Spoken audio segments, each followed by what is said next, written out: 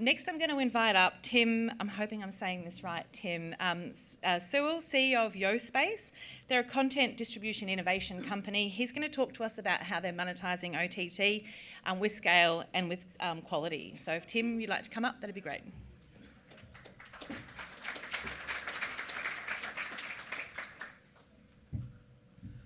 Yep, the pronunciation was spot on. Thanks for that.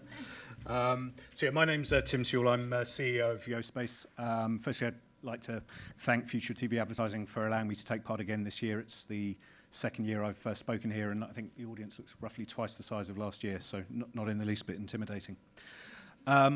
Yospace are the only dedicated specialist in server-side ad insertion, and we were doing it before it was sexy. Arguably, there are those who would still question whether it is sexy, but we launched the capability back in 2012, having run some pilots in 2011. In 2012, we were a finalist in the Innovation Awards at the broadcast show IBC, beaten by Channel 4, who had a Xbox controller changing the channel.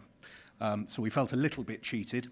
But it was how we engaged with Channel 4 in the first instance and started working with them, and they launched with us in 2014. This time last year, we joined SpotX, so we're now a SpotX company, still 100% focused on server-side ad insertion, but we've been able to spend a lot of time looking at what you need to do for programmatic and in-stream ad insertion to work well together, both in terms of scale, fill rates, yield, and primarily user experience. So the driver for adopting in-stream ad insertion is pretty obvious. TV4, who are probably one of the European leaders in this space in terms of adoption and innovation, had an interesting challenge. In the Nordics, the sort of shift to OTT consumption from traditional linear TV happened far more aggressively and far earlier than in other European markets. And so they made a conscious decision to actively embrace that and to try and drive audience from linear TV across to OTT, because it allowed them to do the sort of addressability that was possible in the big internet sites and internet brands and in platforms like AdSmart, but wasn't traditionally possible for the free-to-air advertisers. So they've been working in this for a number of years, and we were lucky to engage with them at a relatively early stage. And the results that they saw were pretty impressive. When announcing their financial results at the end of 2018, they said that they actually had their strongest ever financial performance, both in terms of revenue and also profit, largely as a result of their total TV strategy, which was around driving audiences to online.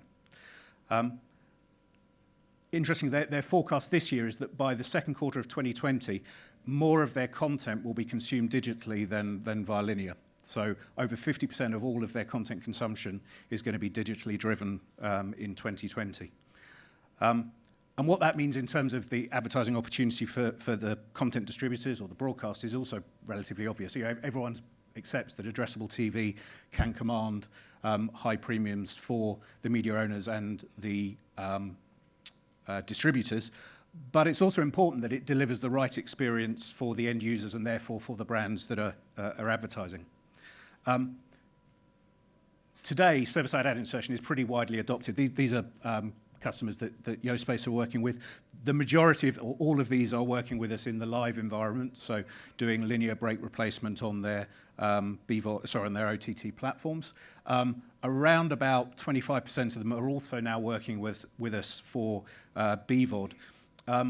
The interesting thing in the European market with BVOD is that the adoption of server-side ad insertion has been far slower. It tends to be the new platforms that are adopting the technology. So people like the joint venture between ProSieben and Discovery, the Join platform, where because this is a new platform, they're starting with a greenfield site.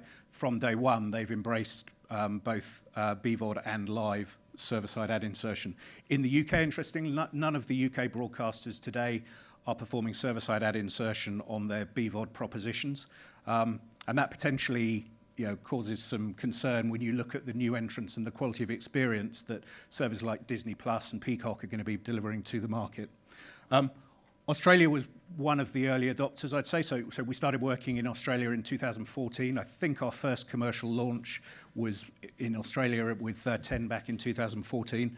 The Australian market has adopted server-side ad insertion across both live and BVOD There are some challenges, though, because obviously the technology has moved on, and some of the earliest implementations don't necessarily take advantage of everything that's possible from a user experience point of view.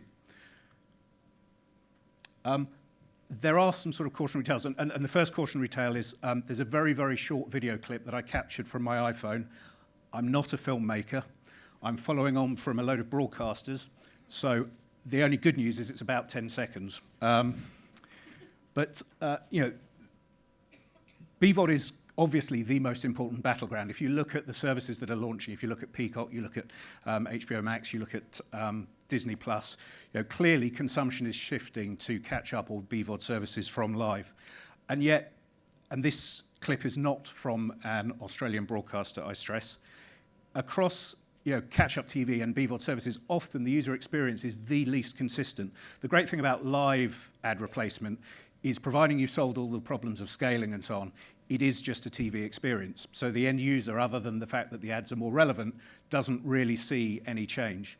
But in BVOD, this was a clip that I captured last week while sitting at home. I needed not to embarrass any broadcasters, so it is very short, but this is genuinely the experience that you get on BVOD with one of the national broadcasters in the UK. You get that between every single ad, you get that between the ad and the content in every single ad break. And then when you overlay the fact that if you have programmatic in the mix, there are still challenges with competitive separation and frequency capping, it actually delivers a relatively poor user experience. I stress again, this is not an Australian broadcaster. It also is, the changes in the industry are also held back by some misconceptions around measurement and the various ad formats that are required. So in BVOD, particularly in Europe, VPaid is still a massive thing. It's not used to deliver interactive experiences for the users, it's purely used for measurement. And the reality is that across BVOD, it's a quality content, it's a full screen experience, and you have viewability measurement through standards like MOTE and VAST 4.2. So it kind of needs to go away because it is holding back innovation in user experience. I've sort of alluded to this, that there's a little bit of a challenge that it's great that certain markets adopted server-side ad insertion for BVOD early on, but it does mean that they're not necessarily the most innovative user experience or complete user experience. And because there's so many things that broadcasters need to invest in, it's a challenge to retool and repurpose platforms. It's great to hear what Ten are doing in this space. But sometimes the BVOD experience, when you compare it with what's coming down the pipe from the big internet giants, is perhaps not as optimized as it could be, particularly around what should be relatively simple things like scrub management through an ad break, ensuring that if a user has watched 45 minutes or an hour and a half of BVOD content, you take that into account when you consider the ad load that they're receiving. You are frequency capping, you are controlling the repetition of ads, particularly tricky in a market with programmatic as a large component. What's possible today within these platforms, the more advanced platforms, is the ability to use techniques like server-side header bidding to ensure that, firstly, from a yield optimization perspective, the primary ad server is fully aware of everything that has been returned from the multiple SSPs that you may be integrating with. But also, there is competitive separation, so the ad viewing experience is great for both the user and also the advertisers. And there is the ability to do frequency capping across first-party sold advertising as well as programmatic. Some of the earlier systems offer pretty limited analytics, not in terms of ad measurement, but in terms of performance of the various systems between the server-side platform and programmatic platforms and primary ad server. So to actually understand how those interactions are working, whether you're achieving the fill rates, whether you're suffering from timeouts from the integration between first-party ad servers and programmatic, all of that data is available near real time, but if you don't get that data until 24 hours after a particular piece of content being consumed, the ad opportunity is already lost. Also, as you rely more heavily on programmatic, things like start times for BVOD are really important. The user experience, if they're getting a combination of repetitive ads, buffering between ads, and it's taking 15, 20 seconds for startup of a new BVOD property, you can relatively quickly turn off that user. And if the alternative is a subscription service with no or limited advertising, you are going to start to see a loss of audience. I'm almost out of time, So I will just jump ahead very quickly. I don't need to go through these because I went through these last year. This is just to say that in the context of live, all of the challenges that there were last year around scale, which is both performance with the primary ad servers, but also the ability for that service to scale, not all platforms have solved those issues. So you see lost ad revenue, but you also see a potential impact on user experience. There are techniques that we've been championing for 4 or 5 years now, which allow us to work more sympathetically with the ad tech ecosystem and also deliver a much, much better user experience. So we can optimize for programmatic, we can ensure that there's no disruption in playback for the user to deliver a true quality experience. Things like DRM, very boring, content protection, but absolutely critical if you're a rights holder. Again, some of the big players in this space still today haven't solved all of the issues of having a consistent content protection capability across all platforms.